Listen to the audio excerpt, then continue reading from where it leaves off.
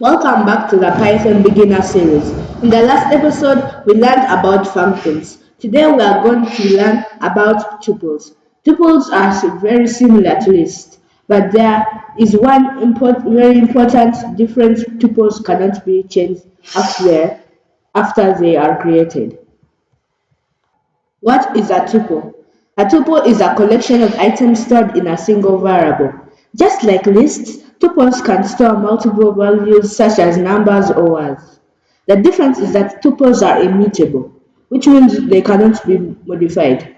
Accessing items. Items inside a tuple are ordered, which means every item has a position.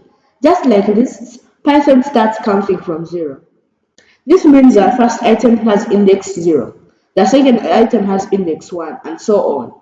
You can also use negative indexing to access items from starting from the end. Length of a tuple. If you want to know how many items are inside a tuple, you can use the length function. This will return the total number of items stored in the tuple.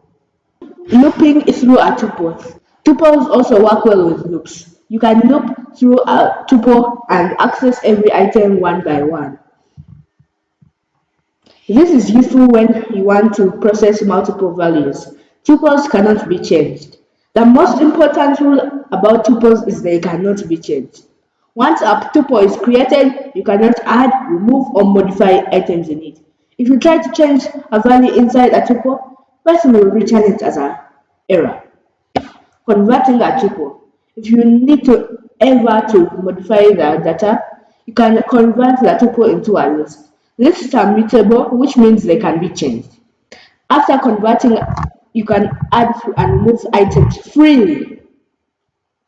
And that's the basics of tuples in Python. Tuples are useful when you want to store data that would stay constant and not be changed. In our next episode, we'll learn about sets, another important Python data type. See you in the next video.